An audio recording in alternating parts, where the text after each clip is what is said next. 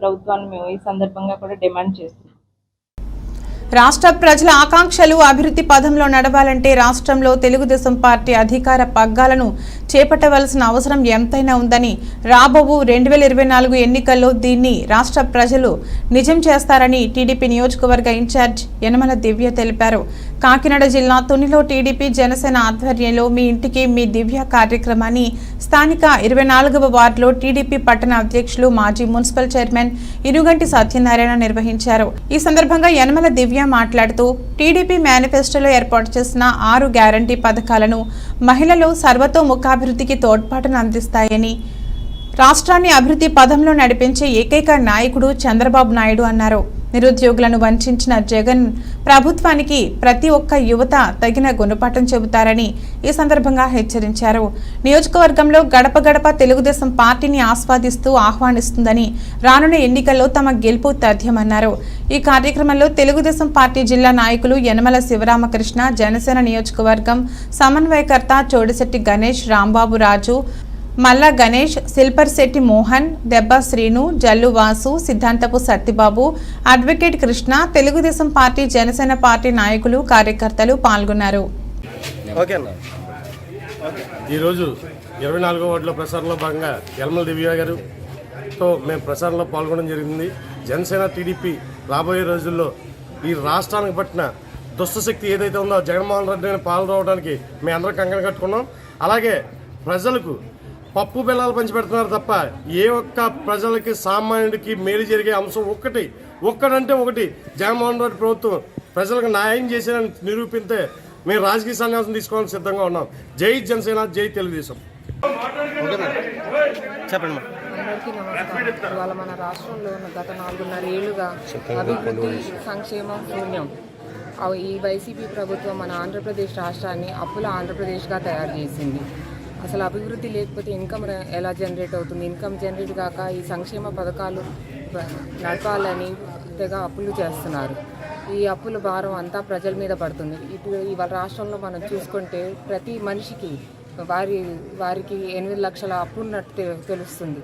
ఈ అప్పుల భారం అంతా వడ్డీ రూపంలో ప్రజల మీద నిత్యావసర ధరలు పెరగడం, అలాగే పెట్రోల్ ధరలు, అలాగే కరెంటు ఛార్జీలు ఎన్నడూ చూడలేదు. ఈ 5 ఏళ్లలో 7 సార్లు పెంచారు ఈ కరెంట్ ఛార్జీలని. ఇవన్నీ తగ్గించాలని మేము నిరసిస్తున్నాం. రాబోయేది తప్పకుండా మన ప్రభుత్వం, టీడీపీ ప్లస్ జనసేన మన ప్రభుత్వం రాబోతుంది. అండ్ యువత కూడా, నా మెయిన్ ప్రయారిటీ వచ్చేసి యువత, ఇంకా మహిళలు. యువత నిరుద్యోగ పాలయ్యారు. ఈ యువతకి రేపొద్దున ఒక విజనరీ లీడర్ కావాలి. ఆ విజనరీ లీడరే మన చంద్రబాబు నాయుడు గారు. తప్పకుండా ఆయన హయాంలో యువతకి న్యాయం జరుగుతుందని ఆశిస్తున్నాం. జై హింద్, జై తెలుగుదేశం, జై జనసేన. అంటే మహిళల కోసం టీడీపీ ఏం చేయాలి తెలుసుకున్న వచ్చే ఎన్నికల్లో మేనిఫెస్టో అంతా మహిళలకే ఉంది. మహిళలకు తప్పకుండా న్యాయం జరుగుతుంది. చంద్రన్న పాలనలో తప్పకుండా మహిళలకు న్యాయం జరుగుతుంది. మీరు ఒకసారి మేనిఫెస్టో చూసుకోండి. ప్రతి ఇంటికి వాళ్ళ ఇంటింటికి వెళ్ళి మేము మేనిఫెస్టో ప్రచారం చేస్తున్నాము. ప్రతి ఒక్క మహిళ దాన్ని చదివి అర్థం చేసుకొని టీడీపీకి సపోర్ట్ చేయాలని మేము కోరుకుంటున్నాము. ఓకే. జగన్మోహన్ రెడ్డి గారు ముఖ్యమంత్రి హోదాలో నిన్న ఢిల్లీకి వెళ్ళడం జరిగింది. నేను జగన్మోహన్ రెడ్డి గారిని ఒకటి అడుగుతున్నాను. ఇంకా నీ ప్రభుత్వం ఉన్నది కేవలం 4 రోజులు మాత్రమే. రేపు ఎల్లుండో ఎలక్షన్ కూడా రాబోతుంది. ఈ సమయంలో మీరు ఎందుకు ఢిల్లీకి వెళ్ళారు? ఎవరు కాలు పట్టుకుందామని ఎందుకు మరి ప్రధానమంత్రి గారు అపాయింట్మెంట్ అడిగారో ప్రజలకు చెప్పాలి.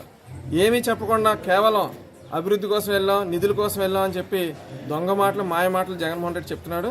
కేవలం ఎన్నికలు దృష్టిలో పెట్టుకుని ఈరోజు రాష్ట్రంలో ఏదో రకంగా మళ్ళీ అధికారంలోకి రావాలి, ప్రజలందరూ చీ కొడుతున్నారు, మా వైసీపీ పథకాలు నచ్చక ప్రజలు బుద్ధి చెప్పడానికి సిద్ధంగా ఉన్నారని, ఏదో ఒక మాయ మర్మాలు చేయాలని మరి మోడీ గారి కాలు పట్టుకోవడానికి ఈరోజు జగన్మోహన్ రెడ్డి గారు ఢిల్లీ వెళ్ళడం జరిగింది.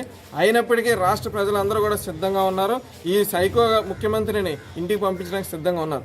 అదేవిధంగా నేను ఒకటే అడుగుతున్నాను, జగన్మోహన్ రెడ్డి గారు ఆ రోజు పాదయాత్రలో మరి నిరుద్యోగులకు ఏమేమి హామీ ఇచ్చారు చూడండి.